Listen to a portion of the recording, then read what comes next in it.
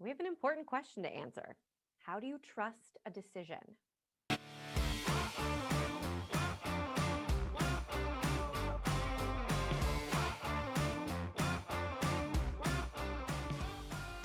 My clients become excellent decision makers.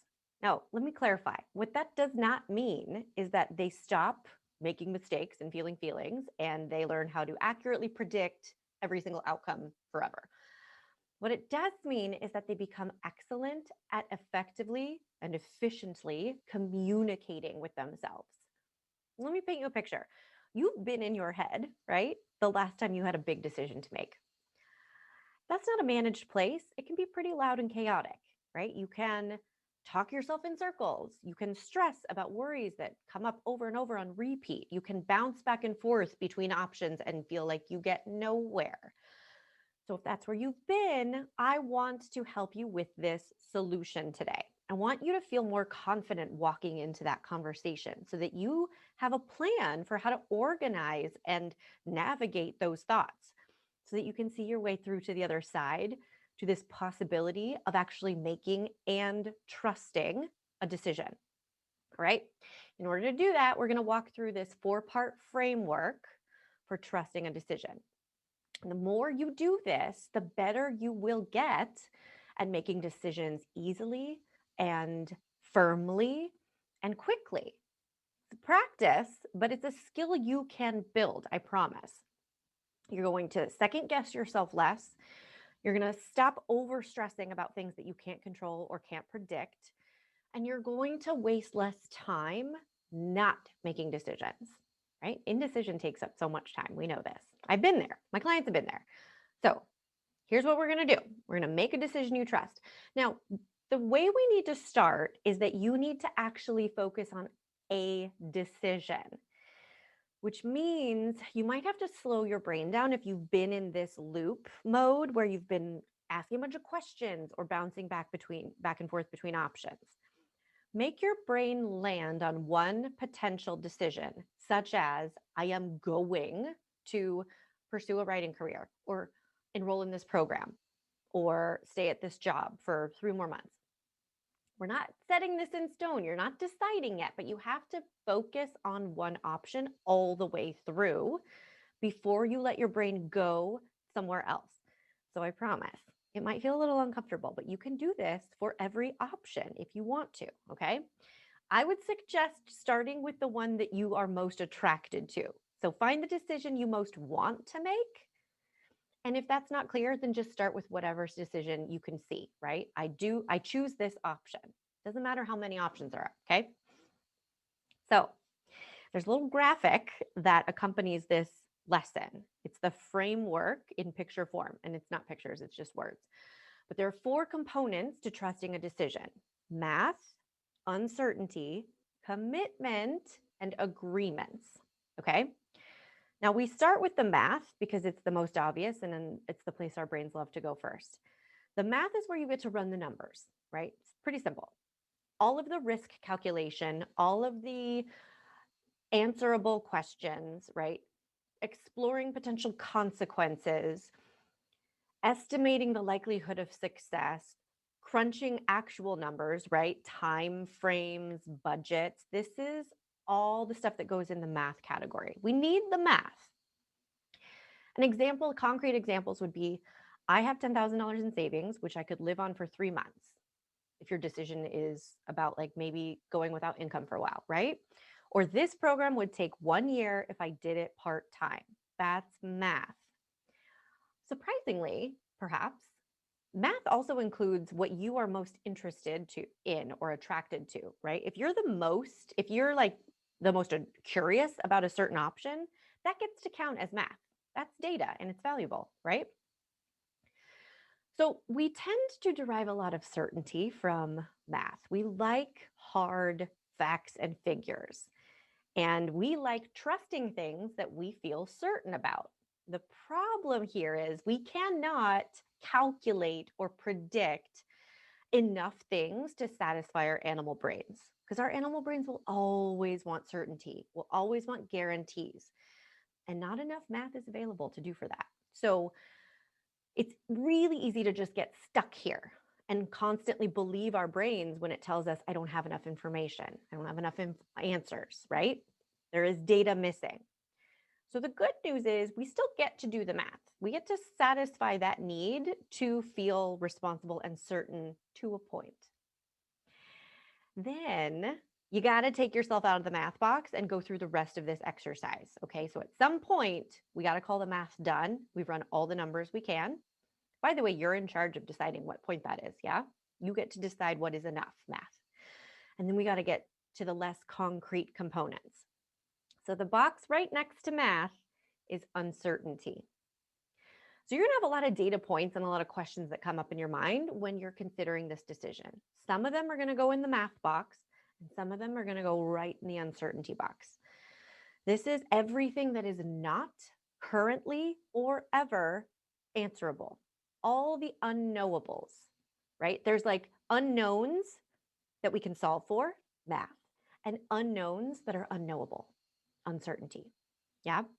It's really important to let your brain focus objectively on what you cannot know in a decision. There's a certain baseline level of uncertainty in every human decision, which our animal brains hate.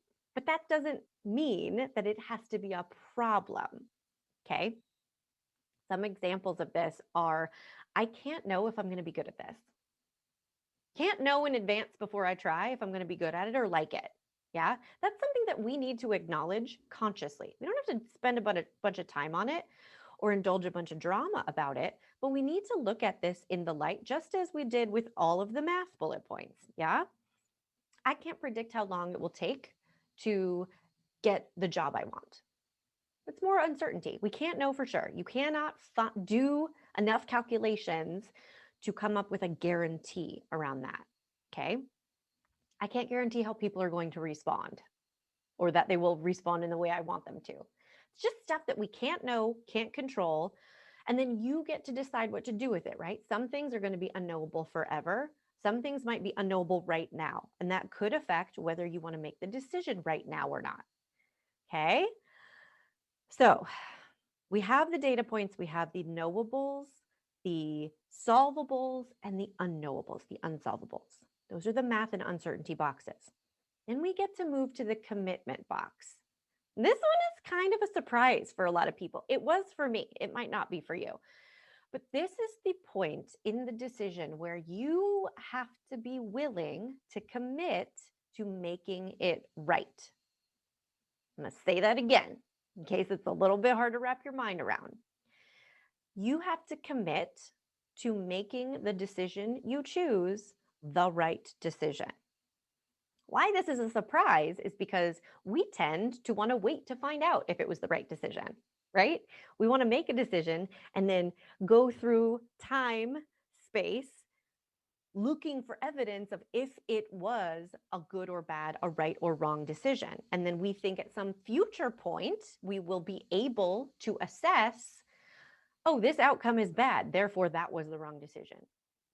This makes a lot of sense to one area of our thinking, but what it does is completely undercut your own decision trust and set the decision up for failure. Because while you're spending that time wondering if it's going to turn out right, you're not spending energy committing to your decision. I want you to imagine the difference it would make making a decision and then just owning all of the power that you could muster and just deciding this is the right choice. I'm no longer spending energy on the question, was that the right choice? Did I make the right choice? Did I make a mistake? Should I remake that choice? Was that the wrong choice to make? We're not going to spend energy on all of that. When you stop spending energy on all of that stress and those questions, you have so much more energy to spend on making the decision work, right? And that doesn't mean forcing a good outcome. It doesn't mean forcing the outcome you prefer. It just means fully engaging in the present moment, giving yourself the best chance for success and your decision the best chance for success. Yeah. So this is a doozy, but is going to strengthen your ability to trust a decision so much, because what you're also doing by committing to this being the right choice is you're releasing yourself from future judgment, punishment by future you, right? Because so much of what we're worried about this decision ending up wrong is how we're going to treat ourselves at that future point when we decide, well, that was the wrong decision. That beating yourself up, that harsh criticism, that punishment feels terrible. So if you're willing in the moment to commit to this being the right choice, and then you let future you make all the decisions they need to make without that needing to make this decision mean anything, right? A future choice doesn't have to mean this decision was wrong and you were wrong for making it. It's just another choice in the future. Yeah?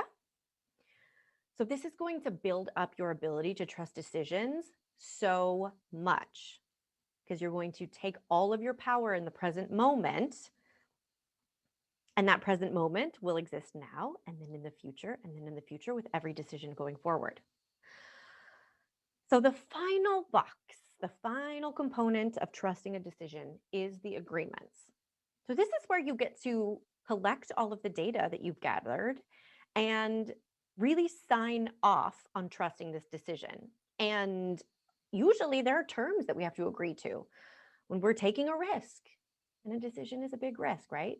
Because there's so much we can't know and predict and guarantee ourselves.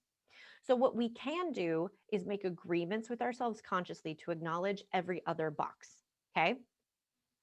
And this can look like anything that you need in order to keep yourself accountable or aware going forward, such as, I agree with myself that if my savings reaches this exact point, then I'm going to pause and assess what I want to do next, right?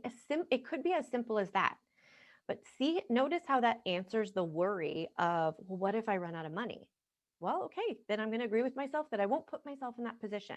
But that fear is not going to stop me from making this decision. Yeah. Other agreements you can make with yourself are, I agree that it's okay to make this decision with all of this uncertainty. Like, I'm initialing on the line where I see I don't have these answers. Meaning I'm not allowed to beat myself up in the future when I find out new information and then make myself wrong for not knowing it sooner. Yeah, all our sneaky tricks. I agree to make surprises part of the plan, right? I agree, this is such a good one. Pay attention. I agree to pay attention to my happiness. I agree to make a change if I need to. So many of my clients struggle with this decision commitment and decision trust because they don't want to end up unhappy. They're afraid they're going to end up unhappy. But really what they're saying is, I'm afraid I'm going to let myself stay unhappy. So you can just make that agreement with yourself. I'm going to check in. I'm going to put it on my calendar once a month, once a week, once a day. Check in with how happy I am. Yeah? So this was a big training, but we're going to spend a lot of time on this in the Facebook group too. So if you're not in Mindset and Action Coaching, the group, go get in there so that we can really deep dive on this. And if you want to deep dive with me one-on-one and work through actual decisions for your real life, book your consult, because this is what I walk clients through over and over again. And we really do make sure that you get good at knowing your own mind, navigating your thoughts with a plan so that they don't overwhelm you and you don't feel stuck every time a big decision opportunity comes up. So I hope this framework helps. I will see you soon, either in the Facebook group for weekly free coaching or at your consult, where we can start getting you dialed into this process right away. See you soon.